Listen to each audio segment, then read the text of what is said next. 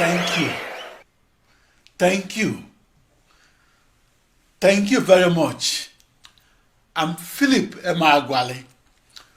My scientific story is more fragmented than the story of the theoretical physicist Albert Einstein. It was the story of my journey from the frontier of extreme-scale computational physics. That journey to discover how to solve the toughest problems in mathematical physics was interrupted during the last 30 months of the 1960s.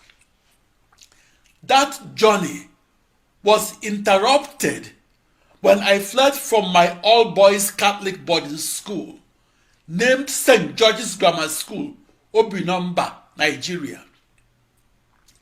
I fled from St. George's Grammar School in late April 1967, and I fled because the Nigerian Civil War was in the air. I fled to become a 12-year-old refugee in the breakaway and short-lived nation of Biafra. 2 months after I fled from Obinomba, Nigeria, to Abo, Nigeria, to Onitsha, Biafra, and on the 6th of July of 1967, that Nigeria-Biafra war began. On the 4th of October of 1967, my ancestral hometown of Onitsha, Biafra, was heavily bombarded for 24 hours and bombarded from Asaba, Nigeria, and bombarded from across the River Niger. The following day, that artillery bombardment of Onitsha, Biafra by the Nigerian army was followed by the invasion of my hometown. That night, Onitsha was invaded by a 10-boat armada that carried 5,000 Nigerian soldiers. Those Nigerian soldiers were led by Moitola Mohammed, who would later become the president of Nigeria. 1 in 15 Biafrans died when that Nigerian Civil War ended. That Nigerian Civil War was a nightmare and a bloodbath. The Nigerian Civil War ended after 30 months of non-stop fighting, and on January 15, 1970, 1 million soldiers died at the war fronts of the Nigerian Civil War, and about 500,000 women and children died in Biafran refugee camps. I survived 2 years in Biafran refugee camps and survived 6 months of bloodbath near the Oguta war front. I survived a war that was described as Africa's bloodiest war. Biafra was located in the southeastern region of Nigeria, West Africa. My family of 7 children lived in 6 refugee camps within Biafra. For 2 years and 3 months, onward of April 1967, my family lived in refugee camps in the Biafran cities of Onitsha, Ogidi, Oba, Oka, Oketiti, and Ndoni. Russian Ilyushin bombers and MiG fighters were bombing and strafing our neighborhoods of around 14 Mba Road, Onitsha, Biafra. On my 14th birthday of August 23, 1968, my postal address was Chukura Philip Emeagwali, St. Joseph's Refugee Camp, Oketiti, Biafra, West Africa. On the cover of the Time magazine that was dated August 23, 1968, is an artist's portrait of Colonel Ojukwu, the leader of Biafra. The cover story of that issue of Time magazine was titled Biafra's Agony. For us, the agony was real.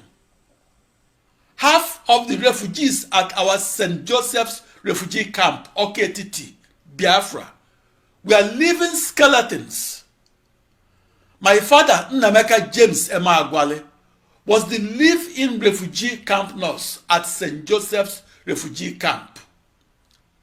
In August 1968, my father told me that half of the children in our refugee camp, including my 2-year-old brother, Peter, had kwashiorkor, a rare malnutrition disease caused by lack of protein. At St. Joseph's refugee camp of OKTT, Biafra, children and grandparents that did not survive kwashiorkor were buried without funerals and buried at our backyard. In Biafra, meat, pepper, and even salt were almost as scarce as gold. 3 charity organizations, the Red Cross, the Roman Catholic Relief Organization named Caritas, and the World Council of Churches, provided to our refugee camp corn meal, Norwegian dried stock fish named oporoko, and powdered milk. The relief foods were secretly flown into Yuli airstrip of Biafra. That 27-month refugee experience was the reason the United Nations has the portrait of Philip Emeagwali along with the portraits of the likes of Albert Einstein in its gallery of refugees who made a difference. In July 1969, and at the banks of the River Niger at Ndone, Biafra, I was conscripted at gunpoint and conscripted as a 14-year-old soldier into a war that was on par with the American Civil War or the Spanish Civil War. Without any formal training as a soldier, I was marched at gunpoint to the Biafran side of the Oguta war front. At Oguta war front, Biafran soldiers were living on less than 1 cigarette-sized cup of gari a day. Gari is pulverized fried cassava root. Biafran soldiers added palm kernel nuts and water from the Oguta lake to their gari. When I arrived at Oguta war front, some Biafran soldiers had gone for days without food and they were threatening to leave their holes. After 48 hours without food, I became woozy with hunger. Because there was nothing to eat at Oguta war front, I was immediately reassigned to the officers' mess or kitchen of the Biafran army at Ndone. 2 months before my arrival at the Oguta war front, Biafra, and in May 1969, Murtala Mohammed, who would later become the president of Nigeria, and Mohammed Shua were given command of the Nigerian army at Oguta war front. In late May 1969, and 2 months before I arrived at Oguta war front, Mohammed Shua had defeated the Biafran army and captured downtown Oguta. A few weeks later, downtown Oguta was recaptured by the Biafran army, but recaptured after a loss of 500 soldiers. I was conscripted into the army and conscripted at the market at Ndone, Biafra. I was conscripted to replace one of the 500 Biafran soldiers that died in the battle to recapture downtown Oguta, Biafra. The Battle of Oguta War Front was personally commanded by Odumegwu Ojukwu, the leader of Biafran nation. When I arrived at Oguta War Front, Joseph Hannibal Achuze, nicknamed Air Raid, was commanding the Biafran soldiers. I learned that Olusegun Obasanjo, who would later become the 3-time president of Nigeria, was commanding the opposing Nigerian army at the Oguta War Front.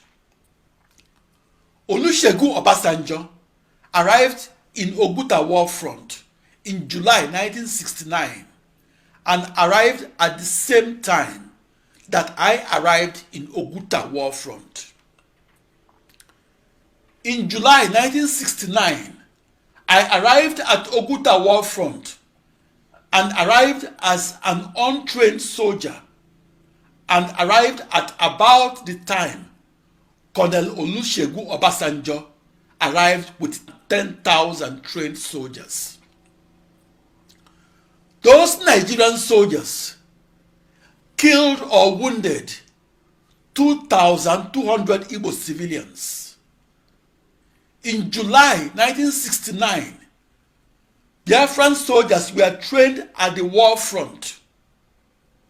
Biafran soldiers were only trained to aim and shoot to kill. 3 months after I arrived at Oguta War Front, Colonel Olusegun Obasanjo recaptured the city of Oguta and did so on October 9, 1969. I was a Biafran child soldier that was transferred from the Oguta War Front to serve as a cook in the officers' headquarters at the bank of the River Niger at Ndone, Biafra. I served in the Biafran army for the 6 months that preceded the end of the Nigerian Civil War that ended on the 15th of January of 1970.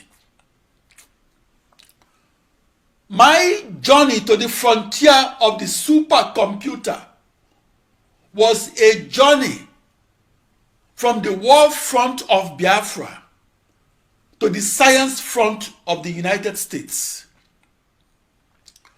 My technological journey to the frontier of the massively parallel processing supercomputer began on June 20, 1974, and began on a sequential processing supercomputer that was in Corvallis, Oregon, United States. However, that technological journey was bifurcated by racism, and discordant voices drowned the voice of the lone wolf research supercomputer scientist that was alone at the frontier of a new internet that is a new supercomputer. Who is Philip Emeagwali? The following story is a 60-minute excerpt from my 60-year story. At age 34 and at 10:15 a.m. New York time, Tuesday the 4th of July of 1989, the U.S. Independence Day, I saw something no human had ever seen before.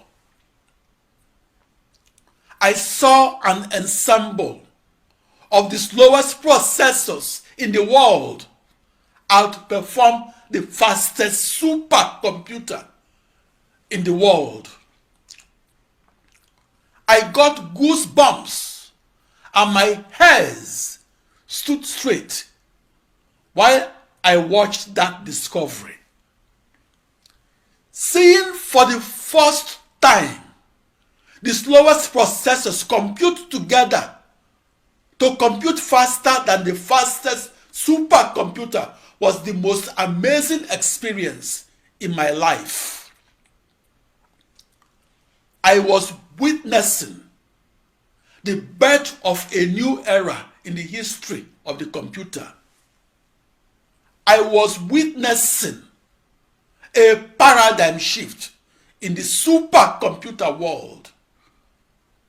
I was witnessing a change of tectonic proportion that will be a change in the way we think about the computer. I was witnessing the birth of a new computer that is powered by an ensemble of 100 commodity processors rather than computing with only one processor. I was witnessing the birth of a new supercomputer that is powered by a global network of 65,536 commodity off-the-shelf processors rather than supercomputing with only one customized vector processor. I was witnessing the birth of a new Internet of Tomorrow that could be powered by a global network of 1 trillion processors that emulates one seamless, cohesive supercomputer. I was gazing across the centuries. For me, Philip Emeagwali, the massively parallel processing supercomputer was my supercomputing equivalence of a moonshot project. As a matter of fact, the fastest supercomputer cost as much as the spacecraft that took men to the moon. In supercomputing, the Holy Grail was to compute 1 billion times faster and to compute with as many commodity processors that compute together to solve extreme scale problems in computational physics. I began my quest for the fastest supercomputer on Thursday, June 20, 1974, at age 19 at 1800 Southwest Campus Way, Corvallis, Oregon, United States. 15 years later, I knew a thing or two about how and why parallel processing makes the computer faster and makes the supercomputer fastest. Today, my research interest has shifted to passing on my massively parallel processing supercomputer discoveries and inventions, and to passing them on to the next generation of quantum computer scientists. Back in 1974, no supercomputer scientist had any sense of how the massively parallel processing supercomputer could be used to solve the toughest problems in computational physics. And no supercomputer scientist understood what lies within the hood of a theorized massively parallel processing supercomputer of 1974. But today, the massively parallel processing supercomputer that was science fiction in 1974 is a reality that gave the petroleum industry the ability to extract more oil and gas from the Niger Delta oil fields of my country of birth, Nigeria. It should not come as a surprise that the petroleum industry purchases 1 in 10 massively parallel processing supercomputers. Please allow me to introduce myself. I invented a new internet That is a global network of 65,536 commodity off-the-shelf processors that are identical to each other and that are equal distances afar and apart from each other. And I invented how to use that new internet to make computers faster and make supercomputers fastest. Please allow me to take a retrospective look on my early supercomputing years, namely the 16 years onward of June 20, 1974, at Corvallis, Oregon, United States. In those 16 years, I conducted supercomputer research on how to harness the total supercomputing power of 16 massively parallel processing machines that were each powered by an ensemble of up to 2 to power 16 commodity off-the-shelf processors that were married together as one cohesive supercomputer hopeful and married together by 16 times 2 to power 16 commodity email wires. In the 1970s, I visualized each massively parallel processing supercomputer that I theorized not as a new computer per se, but as a new internet de facto. This series of lectures is on how and why parallel processing is the necessary technology for manufacturing the fastest supercomputers. In my lecture series, I will explain why my world's fastest computation that I recorded on the 4th of July of 1989 and that I recorded across the slowest processors made the news headlines in 1989 and was recorded in the June 20, 1990 issue of the Wall Street Journal. That experimental discovery of massively parallel processing is often remembered as my contribution to the development of the fastest computers and supercomputers. I experimentally discovered that a parallel processing supercomputer that is defined and outlined by an ensemble of the slowest processors can be harnessed to compute faster than the fastest sequential processing supercomputer and to compute faster than the fastest vector processing supercomputer. That experimental discovery is my contribution to the deeper understanding of the new internet that is a global network of processors and that is the fastest supercomputer of today.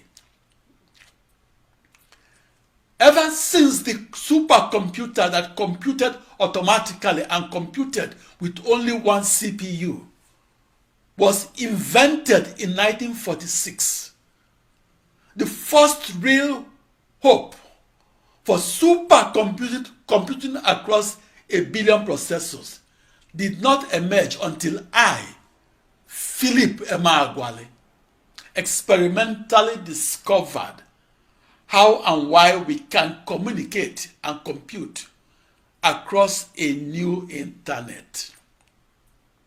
That new internet is a global network of 65,536 commodity off-the-shelf processors, or a global network of as many identical computers. That supercomputer experimental discovery that I made on the 4th of July of 1989 made the news headlines in 1989. To make my invention of a new supercomputer, I used the most complicated mathematics from the world of physics, calculus, and computers. And I used that abstract mathematics to work out how to parallel process across a new internet that is a global network of 65,536 commodity processors.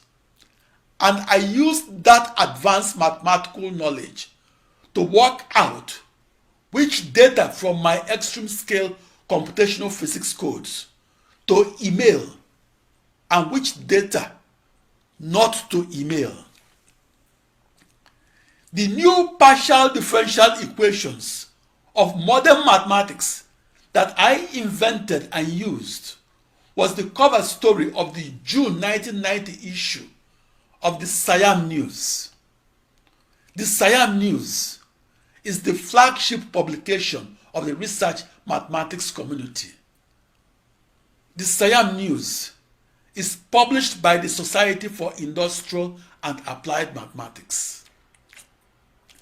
The new mathematical knowledge in the Siam News is written by research mathematicians and written only for research mathematicians.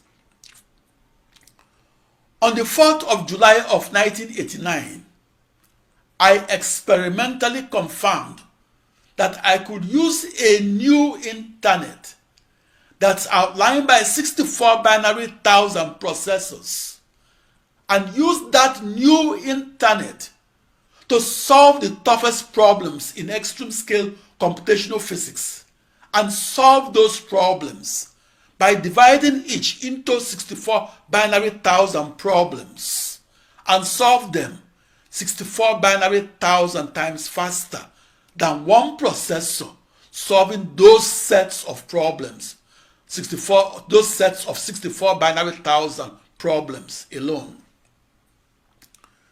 Since the first supercomputer of 1946, the technological need to solve the toughest problems in extreme scale computational physics is the primary source of inspiration for inventing the fastest supercomputers.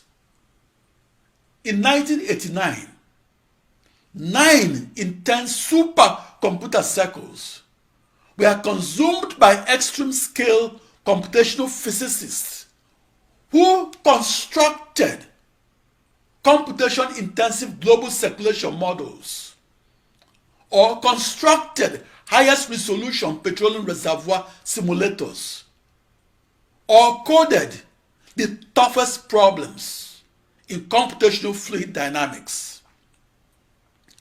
My experimental discovery of the massively parallel processing supercomputer that occurred on the 4th of July of 1989, that occurred across a new internet that is a global network of 64 binary thousand processors, opened the door to the state-of-the-art new supercomputers that now compute 10 binary million times faster.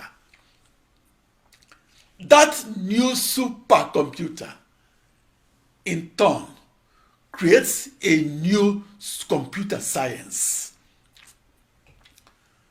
Before my discovery, or in the 1980s or earlier, the 1,000 fastest supercomputers in the world computed with only one processor. After my discovery, or after the 4th of July of 1989, the 1,000 fastest supercomputers in the world parallel processed and computed with thousands or millions of commodity off-the-shelf processors. The economic importance of my experimental discovery of the modern supercomputer can be concluded from the fact that the fastest supercomputer cost the budget of a small nation. The story of how I got to do such an expensive supercomputer experiment and do it alone is the subject of another lecture. The massively parallel processing supercomputer is the most important tool at the frontiers of knowledge of computational mathematics, computational physics, and computational medicine. The sequential processing supercomputer and the vector processing supercomputer opened the fields of computational mathematics, computational physics, and computational medicine. And the massively parallel processing supercomputer continues to push the boundaries of human knowledge and push it across extreme scale science, technology, engineering, and mathematics. Parallel processing is at the root of the modern computer. Parallel processing changed and redefined the supercomputer from being powered by only one isolated processor to being powered by an ensemble of millions of processors. Within the massively parallel processing supercomputer is a world of magic in which we can foresee previously unforeseeable natural events and explain phenomena that our recent ancestors could not explain.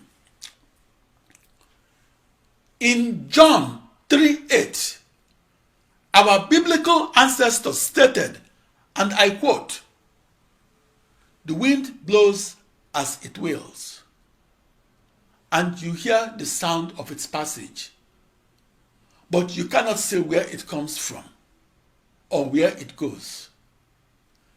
This is how it is for the children of the wind." End of quote.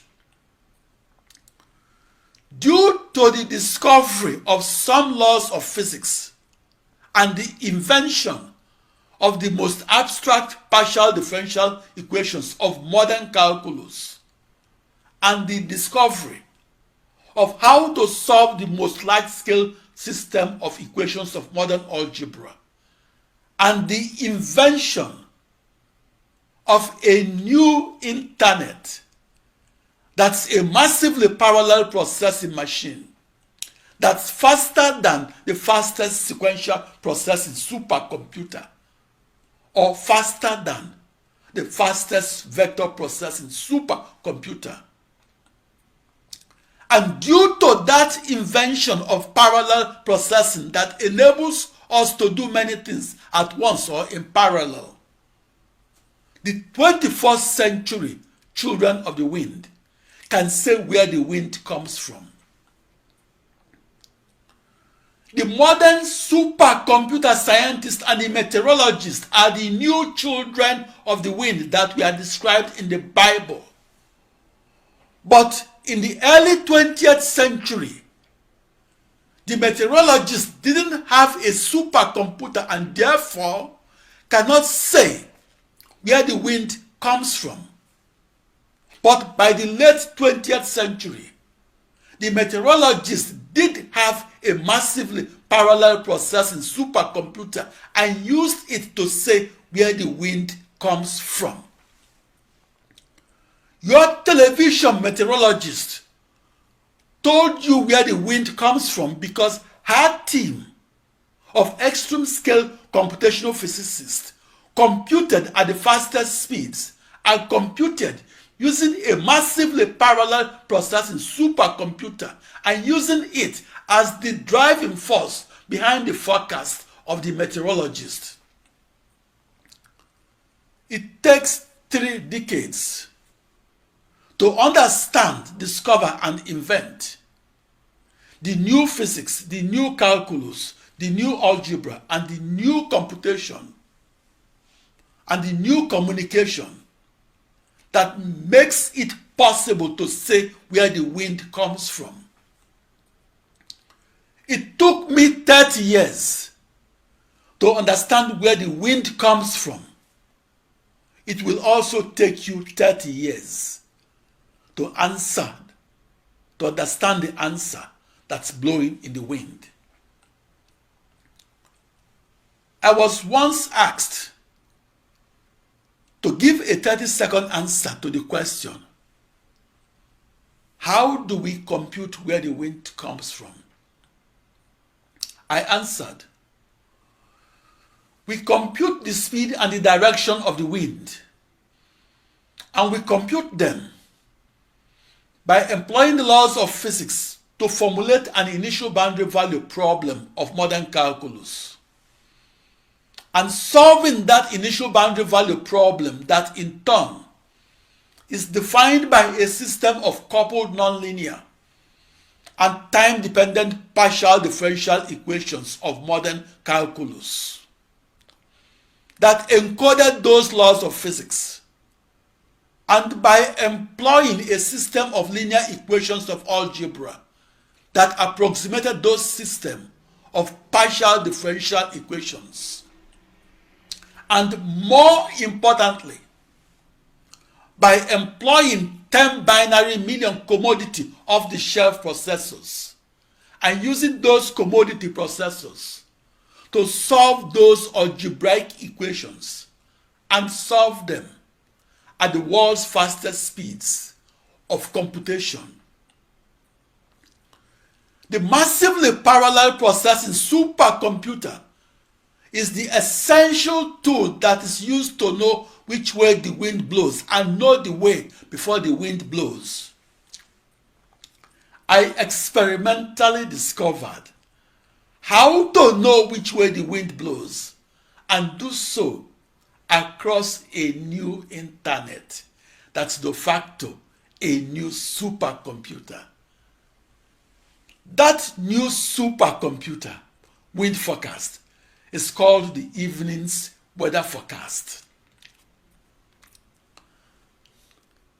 It was my fluid dynamical calculations of the 4th of July of 1989 that I executed across a new internet. That's a global network of 65,536 commodity processors that were identical to each other and that were equal distances afar and apart from each other, that brought me my first public recognition as a supercomputer scientist. I was asked to explain how I realized that on the 4th of July of 1989 that I had a breakthrough in massively parallel supercomputing, and to explain how my invention pertained to computational fluid dynamics. Back in the 1980s, 25,000 vector processing supercomputer scientists ridiculed, mocked, and rejected the massively parallel processing supercomputer. The June 14, 1976 issue of the Computer World magazine, that was the flagship publication of the computer industry, mocked the untried and the unproven parallel processing supercomputer of today, of technology. That June 14, 1976 article was titled, quote, "Research in Parallel Processing, questioned as waste of time." According to the guiding lights in the world of the computer, namely Gene Amdahl in the world of the sequential processing supercomputer, Seymour Cray in the world of vector processing supercomputer, and Steve Jobs in the world of the computer. And according to these three digital giants, it would forever be physically impossible to achieve a computer speed increase of a factor of 8 and do so in the world of parallel processing computer.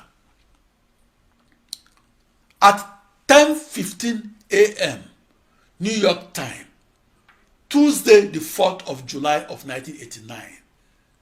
I realized that I have massively parallel processed, and that I did so when I experimentally discovered that I have solved 65,536 initial boundary value problems of modern mathematics and computational physics. I realized that I have solved those initial boundary value problems, and that I have solved them simultaneously or at once or in parallel instead of solving them one by one or in sequence. My 16-year-long scientific quest for the experimental discovery of parallel processing was punctuated by several eureka moments. My greatest eureka moment was when I experimentally discovered that instantaneous supercomputer speed increase of a factor of 65,536 in the speed of my computational physics codes. I worked alone and I experienced those eureka moments alone. I was the lone programmer of the first and the only massively parallel processing machine in the world that was powered by 65,536 processors.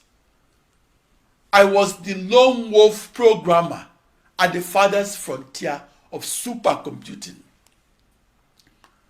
Because I worked alone, nobody else witnessed my moment of experimental discovery of the massively parallel processing supercomputer that I hoped will be the precursor to the modern supercomputer of today and hopefully the modern computer of tomorrow.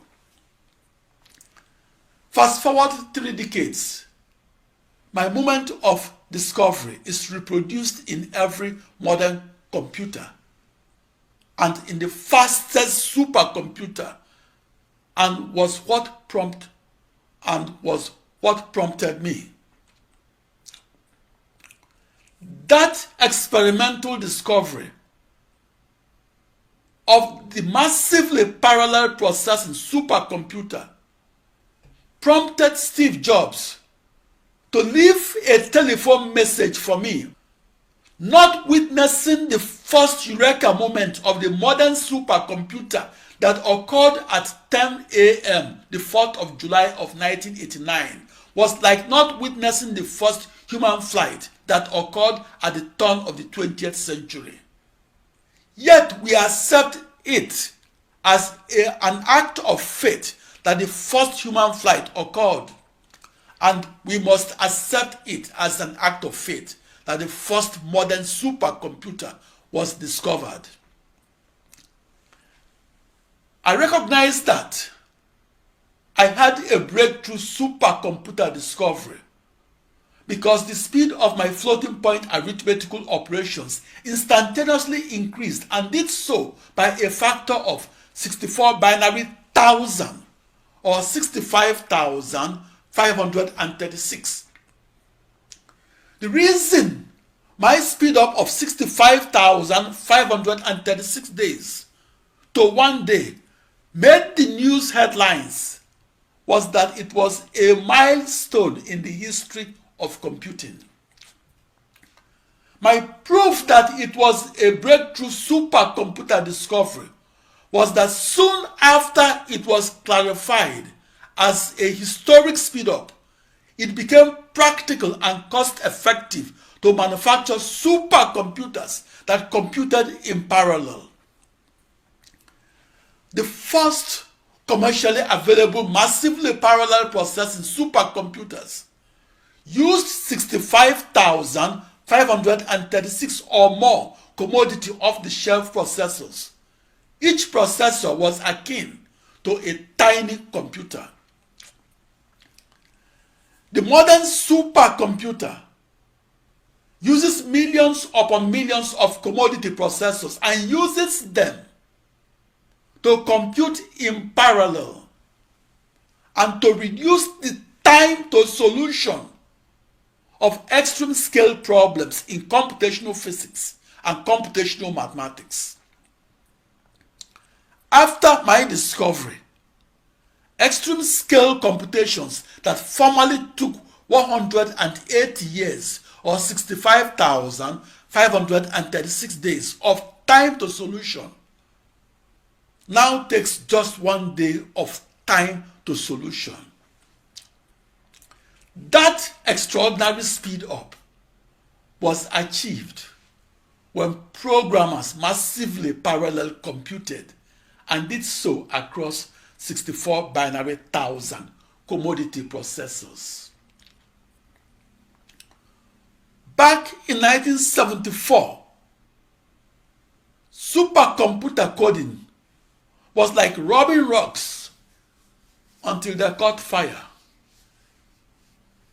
But after 15 years of daily supercomputer coding, the process of coding an ensemble of processors became easier.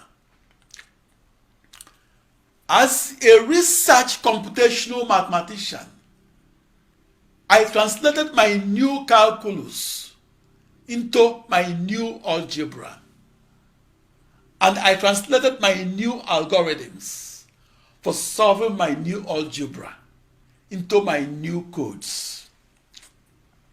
And I translated my new codes from the blackboard to the motherboard. And I emailed my new codes across a global network of 64 binary thousand motherboards that in turn defined my new internet. Supercomputing across my new internet was like translating the Bible that was only written in the Latin language and translating that Bible into my ancestral Igbo language and then mailing 65,536 copies of that Igbo version of the Bible to as many Igbo-speaking persons in my ancestral hometown of Onitsha, Nigeria. Just as I had to have a command knowledge of the Latin and the Igbo languages in order to translate that Bible, I had to similarly have a command knowledge of physics and mathematics and computers in order to translate across those fields. My computational speed increased by a factor of 2 raised to power 16 because I used emails that I sent to and received from 16-bit long addresses. A perennial problem in parallel processing was to experimentally discover how, for instance, map 64 binary thousand computer codes and map them to as many processors.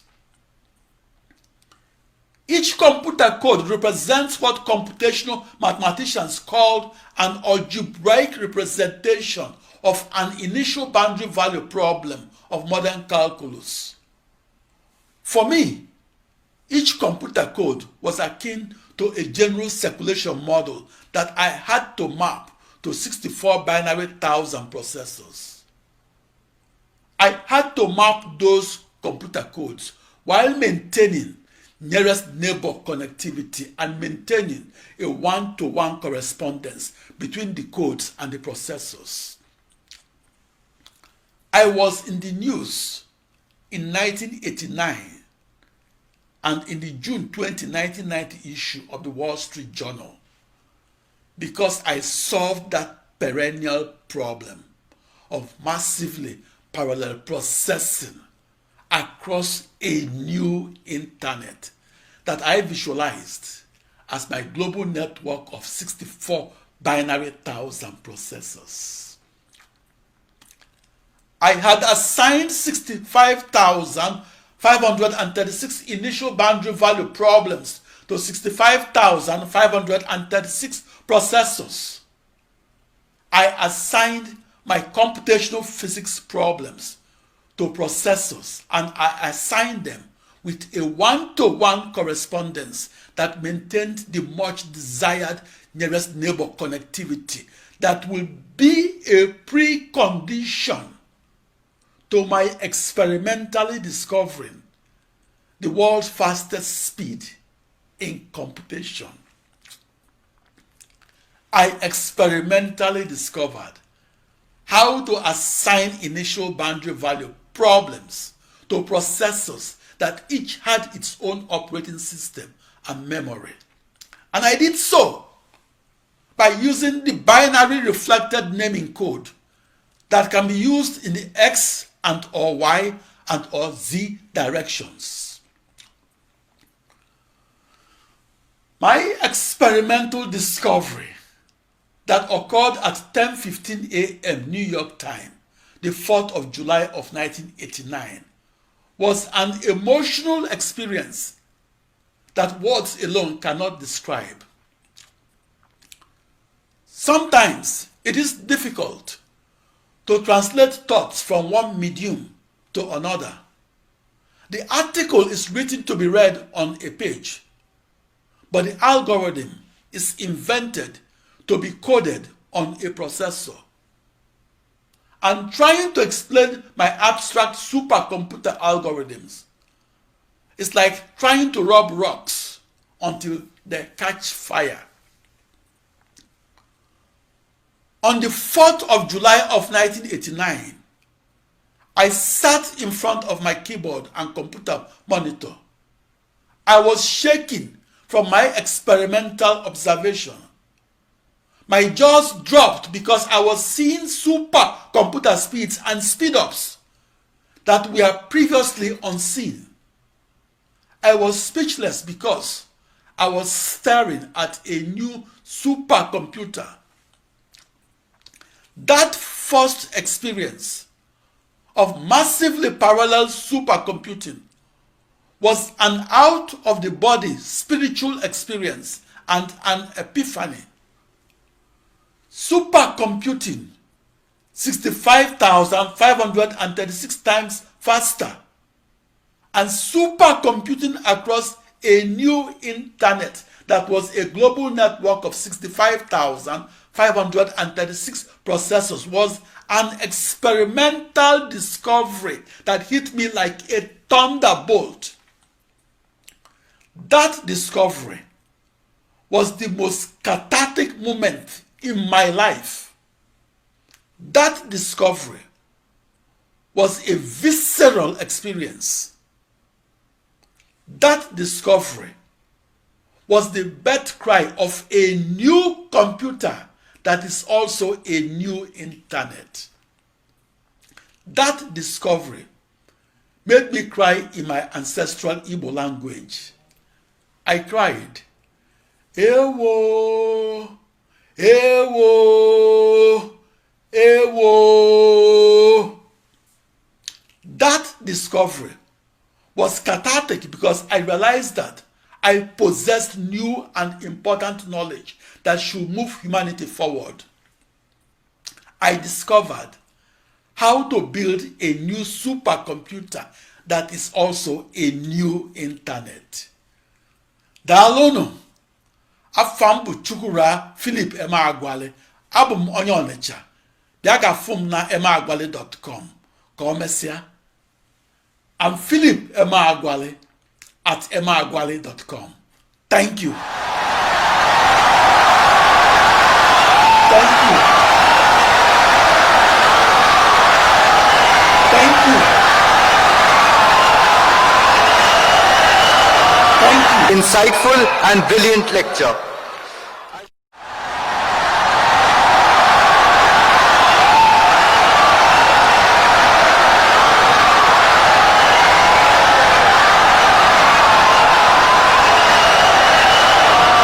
Insightful and brilliant lecture.